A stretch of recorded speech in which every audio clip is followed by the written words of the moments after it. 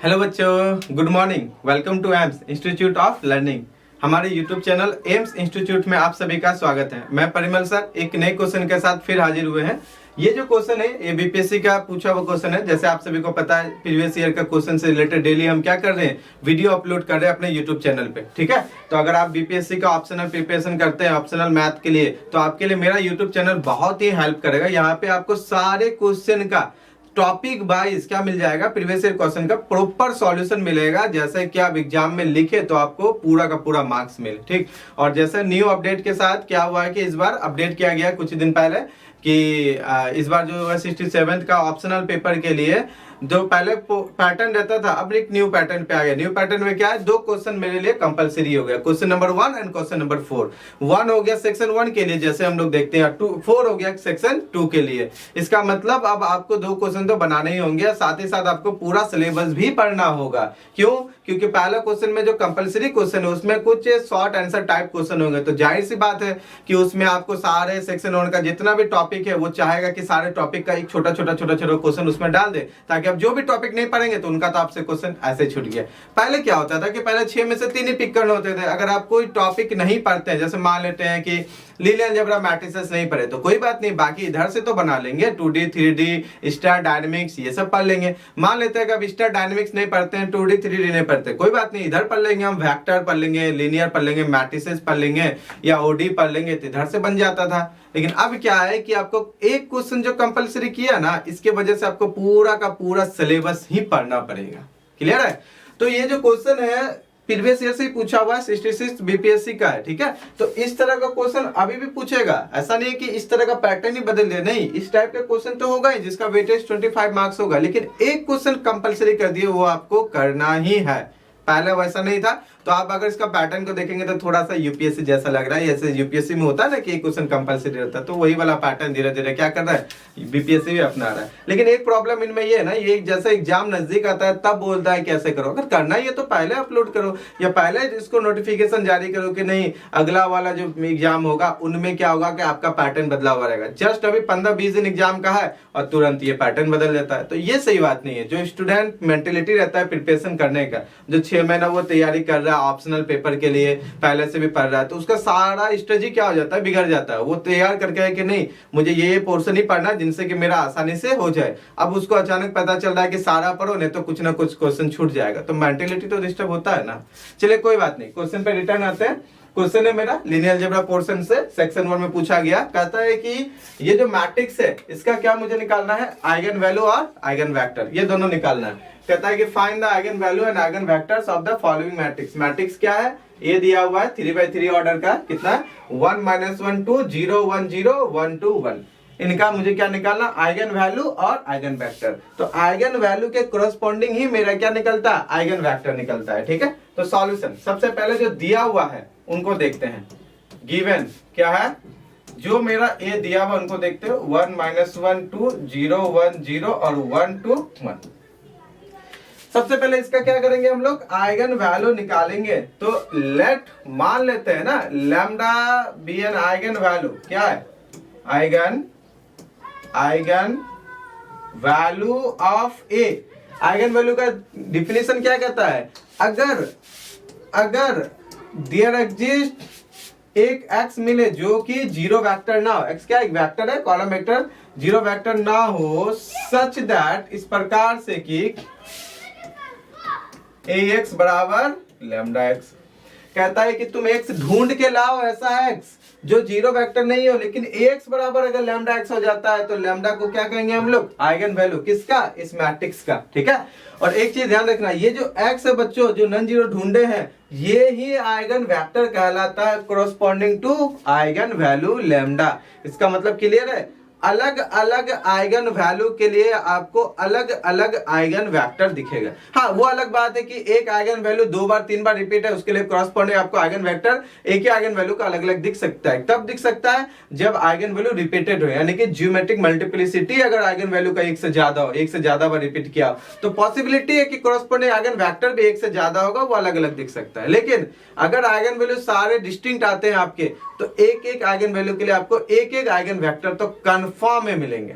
ठीक है, तो यही x ही आगे चल के आइगन वेक्टर बनेगा corresponding to eigenvalue lambda. ये मेरा क्या है डेफिनेशन। तो अगर ऐसा है तो डेफिनेशन से ही हम क्या निकाल लेते हैं, क्योंकि x तो 0 नहीं है तो आइगन वैल्यू चाहिए, इसका मतलब a माइनस लैम्डा आई और x equal to null matrix, zero matrix.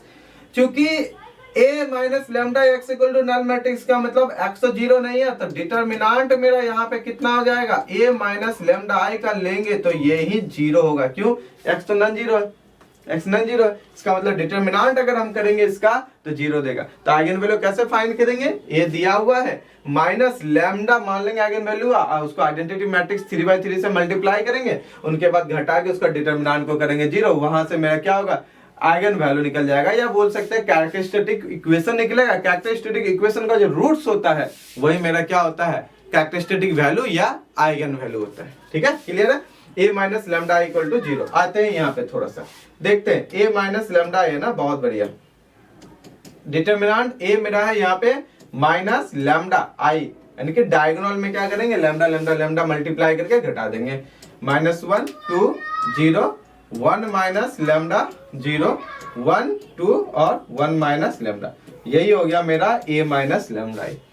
अब ये डिटर्मिनांट 3/3 का मैट्रिक्स को इक्वेट करके सॉल्व करके किए, तो इसको डिटर्मिनांट कैसे निकालेंगे, 1 माइनस लैम्डा कॉमन लेते हैं, इधर से खत्म, ये हो गया जाके 1 माइनस लैम्डा का स्क्वायर माइनस 0, ये तो हो गया माइनस माइनस प्लस, यहां से ये 0 माइनस 0 तो हो गया 1, उसके बाद 0 माइनस 0, ठीक है, फिर हो गया प्लस 2, कितना गया बच्चों 0 माइनस, यानी कि माइनस 1 माइनस लैम्डा, यानी कि माइनस यहाँ हो गया 1 माइनस लैम्डा, ऐसा कुछ हो गया। ठीक है, चलो एक स्टेप और देख लेते हैं, ये क्या हो गया इक्वल टू 0 हो गया, दिख रहा प्रॉपर तरीके से। एक स्टेप यहाँ पे और देख लेते हैं, अगर इसको मल्टीप्लाई कर दे हम तो यहाँ से लिख सकते हैं ना, यहाँ से 1 माइनस लैम्डा, और जोर से इसको कॉमन देखो तो 1 माइनस लैम्डा का इधर हो गया स्क्वायर, और यहाँ तो ये तो पूरा 0 हो गया, और 1 माइनस लैम्डा कॉमन ले लेंगे तो हो जाएगा -2 equal to 0। 1 minus lambda 1 minus lambda का square -2 equal to 0। Next page में देखते हैं, ठीक है, 1 माइनस लैम्डा और 1 माइनस लैम्डा का square, that is 1 square plus lambda square minus 2 lambda, और यहाँ पे -2 इक्वल टू 0। क्लियर है, यही है, देख लेते हैं एक बार कितना हो जाएगा, 1 प्लस लैम्डा का स्क्वायर और -2 लैम्डा -2 इक्वल टू 0। ठीक है, ओके, यहाँ से कितना हो गया बच्चों, तो क्या आता है कि लैम्डा बराबर 1 तो यहीं पे आ गया, और तो यहाँ पे लैम्डा और यहाँ पे हो गया लैम्डा का square -2 lambda -1 equal to 0। That means एक वैल्यू तो मेरा लैम्डा का यही निकल गया, और एक वैल्यू इधर से निकलेगा 2 plus minus root under B square 4 minus 4 ऐसे, यानी कि +4/2 के, बहुत बढ़िया। तो लैम्डा बराबर 1 कॉमा लैम्डा बराबर हो जाता है, यहाँ से 4 कॉमन ले लेते हैं तो 2 कैंसिल, 1 प्लस माइनस कितना हो गया बच्चों यहाँ पे √2, क्योंकि 4 + 4 8 को लिख सकते हैं 2√2, 2 से ले लिया तो 1 प्लस माइनस √2। हेंस क्या आ गया मेरा आइगन वैल्यू, आइगन वैल्यू अब आ चुका है मेरा, हेंस आइगन वैल्यूज आर क्या है बच्चों, आइगन वैल्यू एक मान लेते हैं 1, एक मान लेते हैं 1 प्लस √2, और एक मान लेते हैं 1 माइनस √2। 3 मेरा आइगन वैल्यूज निकल गया, कौन कौन सा, 1 प्लस √2 एंड 1 माइनस √2, ये हो गया मेरा आइगन वैल्यूज। ओके, अब क्या करना है, आइगन वैल्यू के कोरोस्पोंडिंग मुझे क्या फाइंड करना है, आइगन वैल्यू दिख रहा है यहाँ पे, ठीक है, प्रॉपर तरीके से आइगन वैल्यू के अब मुझे कोरोस्पोंडिंग क्या फाइंड करना है, आइगन वेक्टर फाइंड करना है। तो चलिए शुरू करते हैं आइगन वेक्टर के लिए। आइगन वैल्यूज अब यहाँ पे क्या हो गया, नाउ आइगन वेक्टर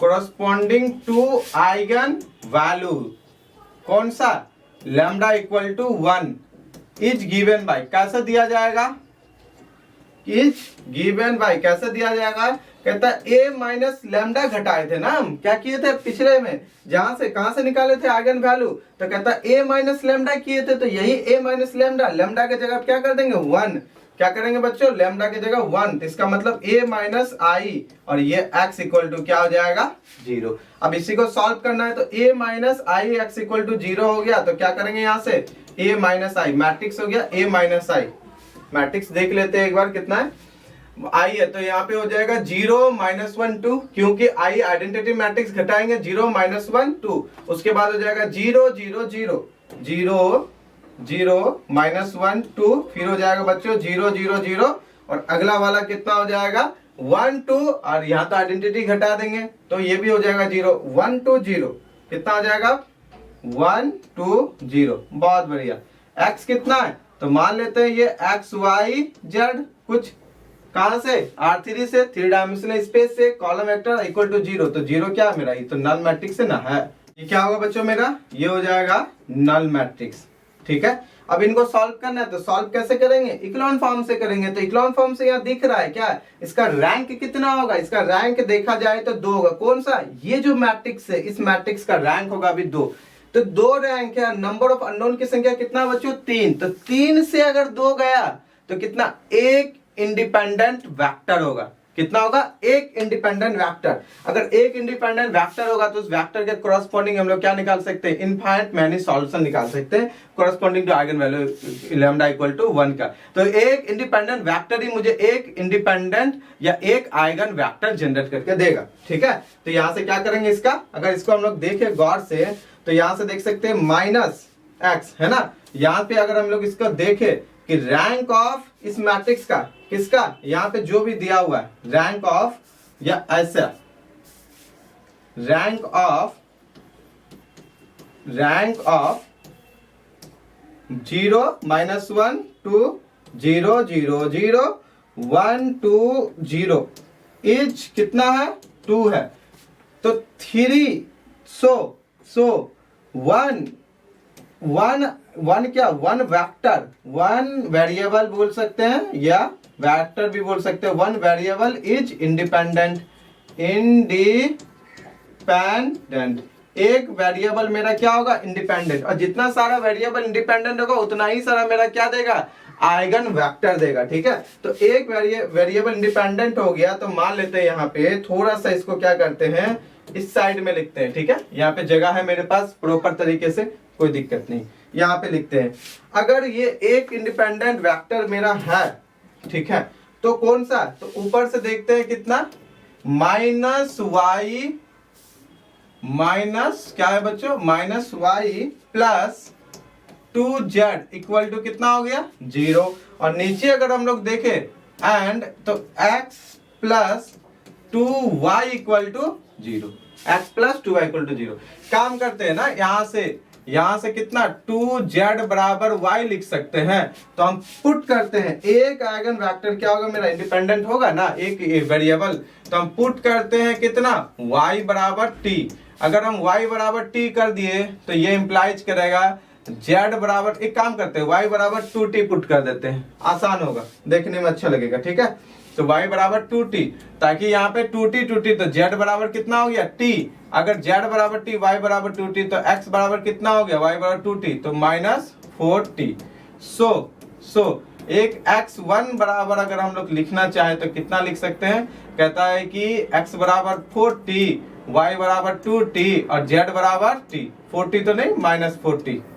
ये क्या है, ये सॉल्यूशन है जो t मेरा r से है पूरे के पूरे, लेकिन 0 को छोड़ के, ताकि ये li आइगन वेक्टर दे, इसीलिए 0 को छोड़ के लेंगे, नहीं तो 0 वेक्टर ऑलवेज एलडी वेक्टर। ठीक है बच्चों, तो 0 को छोड़ देते हैं, ये t चाहो तो तुम कुछ भी ले सकते हो पूरे के पूरे रियल नंबर सिस्टम से एक्सेप्ट 0। अब मुझे एक चाहिए, एक ही चाहिए, एक से ज्यादा करेंगे तो एलडी हो जाएगा, तो हम करते हैं यहाँ पे क्या काम करेंगे, यहाँ कर देते हैं t इक्वल टू 1 पे, तो t इक्वल टू 1 पे x1 मेरा कितना हो गया बच्चों, तो कहता है कि -4 2 और 1, कितना आया -4 2 1, ये जो आया मेरा एक आइगन वेक्टर है corresponding to eigenvalue lambda. इसी तरह से 2 डिस्टिंक्ट और आइगन वेक्टर है, कौन कौन सा आइगन वैल्यू, कौन कौन सा, यहाँ पे यहीं पे देख लेते हैं, एक है 1 plus root two 1 minus root two, दो आइगन वैल्यू अभी है, इसके कोरस्पॉन्डिंग में मुझे क्या निकालना है, आइगन वेक्टर निकालना है। चलिए देखते हैं अब eigenvalue corresponding to eigenvector corresponding to 1 plus root two के देखते हैं, ठीक है। Okay, eigen vector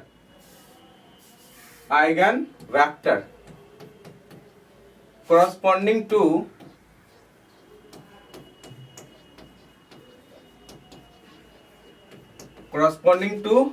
lambda equal to 1 plus root 2 is given by, कैसे दिया जाएगा, lambda equal to 1 plus root 2 कैसे देंगे बच्चों, तो कहता है कि a माइनस कितना 1 प्लस रूट टू, कितना 1 प्लस रूट टू लैम्डा, ये है लैम्डा, ए माइनस लैम्डा, ये हो गया आइडेंटिटी, और इसको कैपिटल एक्स इक्वल टू 0, ठीक है, उसी का कोरस्पॉन्डिंग देंगे। तो इसका मतलब यहां से ए 1 माइनस, तो मेरा मैट्रिक्स कितना है, तो कहता है कि मैट्रिक्स मेरा था कुछ इस तरीके से 1 माइनस 1 2, ठीक है। हम क्वेश्चन बैंक है मेरे पास, क्वेश्चन बैंक से ही हम क्या कर लेते हैं, देख लेते हैं मैट्रिक्स को, आसान होगा, क्वेश्चन बैंक से ही देख लेते हैं।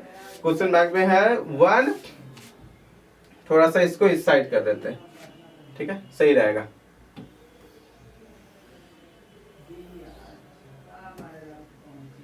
यहाँ पे ओके, कहता है कि 1, तो 1 से 1 गया, यहाँ पे हो गया माइनस रूट टू माइनस 1 और 2, उसके बाद हो गया 0, यहाँ भी हो जाएगा माइनस रूट टू और यहाँ पे हो गया 0, फिर हो जाएगा 1 2 और फिर हो गया माइनस रूट टू, क्या कर दिए minus 1 minus root to I multi कर दिए, सब्ट्रैक्ट कर दिए। यहाँ पे कितना हो गया एक्स वाई जेड, तो एक्स वाई जेड ले लेते हैं कैपिटल एक्स, और राइट साइड कितना बच्चों, तो ये कहता है कि 0 0 0। ओके, अब इनको सॉल्व करना है, तो सॉल्व करते हैं फटाफट इक्लॉन फॉर्म, तो बाय इक्लॉन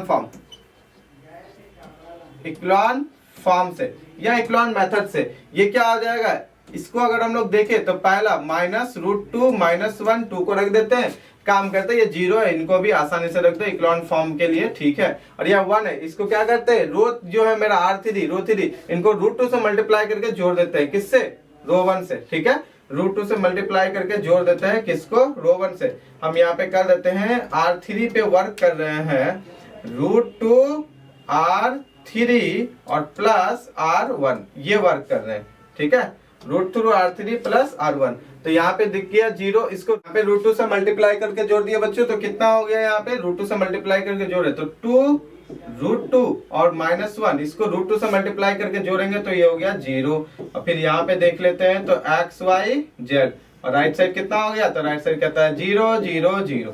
अब इनको फिर एक बार देखो तो इनका ये दोनों क्या होगा, यहाँ रूट 2 है, यहाँ 2 रूट 2, दोनों कांस्टेंट, एक काम करते हैं ऊपर में 2 रूट 2 से पहले मल्टीप्लाई करते हैं और फिर उसमें 1 जोड़ते हैं और नीचे से साथ में क्या कर देंगे, प्लस कर देंगे, तो फाइनली क्या हो जाएगा इक्लॉन फॉर्म से minus root 2 minus 1 2 0 minus root 2 0 and 0 0 0। आसानी से दिख रहा है, इन दोनों को हम एक दूसरे के लीनियर कॉम्बिनेशन में लिख सकते हैं। और यहाँ पे कितना हो गया, तो कहता है कि एक्स वाई जेड और इक्वल टू कितना हो जाएगा बच्चों, 0 0 0।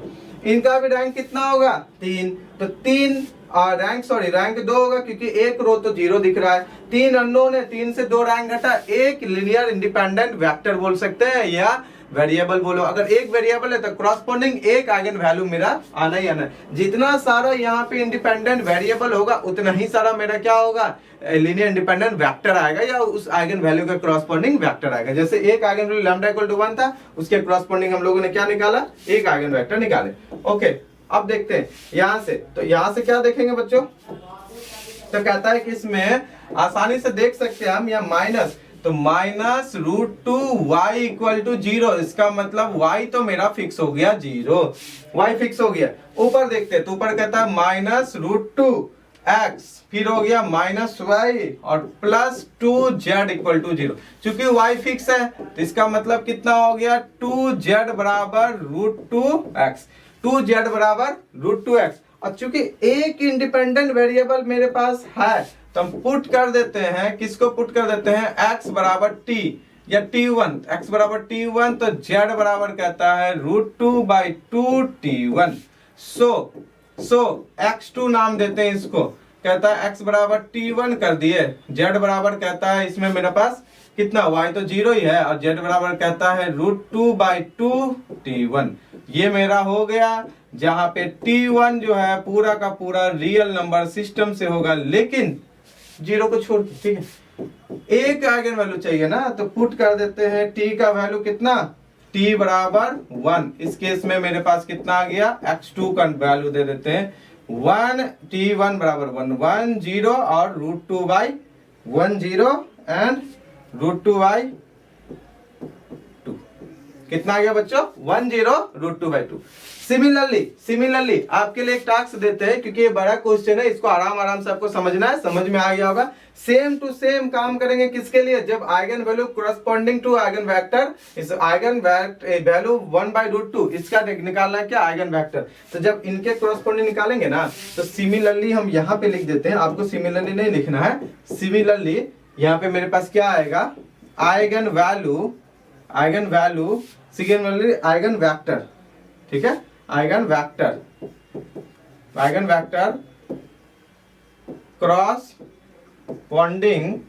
corresponding to eigenvalue lambda equal to 1 minus √2 का इच कितना हो जाएगा। तो कहता है कि इसका सेम टू सेम यही काम करेंगे, तो x3 दे देगा, लेकिन यहाँ जो √2/2 है बस उसी में नेगेटिव आएगा, बाकी सेम टू सेम रह जाएगा। मान लेते हैं यहाँ पे कितना t2, तो t2 कर देते हैं, y के जगह आप करके देखिएगा, सेम टू सेम 0 ही आएगा, और यहाँ पे क्या आएगा, ये √2/2 आ जाएगा, लेकिन किसमें नेगेटिव में। अब इनमें क्या करेंगे, तो कहता है कि यहाँ पे t2 होगा, ठीक है, इनमें क्या करेंगे, जहां पे t2 मेरा बिलोंग करेगा पूरा का पूरा r से, लेकिन 0 को छोड़ के। सेम टू सेम एक के लिए पुट कर देते हैं हम कितना, t2 इक्वल टू 1, इसके लिए मेरा x3 दे देगा 1 0 माइनस √2/2, 1 0 माइनस √2/2। कैसे सिमिलरली कर पाए, क्योंकि दोनों आइगन वैल्यू जो है 1 प्लस माइनस √2 एक दूसरे का एक साथ आया हुआ है, उसके कोरस्पॉन्डिंग जब आप इसको सॉल्यूशन कीजिएगा तो सेम टू सेम मेरा आने वाला है। तो बच्चों यहाँ मेरा जो मांगा गया था फाइनल, वो आंसर मेरा निकल चुका है। मेरा क्वेश्चन कहा था कि आइगन वैल्यू और आइगन वेक्टर निकालना है। आइगन वैल्यू के लिए क्या किए, जो भी मेरा प्रोसीजर है, जो मेरा थ्योरम कहता है कि लैम्डा मान लेते हैं eigenvalue, if there exist an eigenvector या there exist x non zero such that x equal to lambda x, procedure अपना के हम क्या किए, रूट्स निकाल लिए, कैरेक्टरिस्टिक रूट्स या आइगन वैल्यू उन्हीं को कहते हैं। तो क्या है, 1 प्लस √2 एंड 1 माइनस √2, ये तीनों मेरा आ गया। इसको हाईलाइट कर देते हैं, यहाँ पे आइगन वैल्यूज मेरा है, ये जाके है मेरा आइगन वैल्यूज।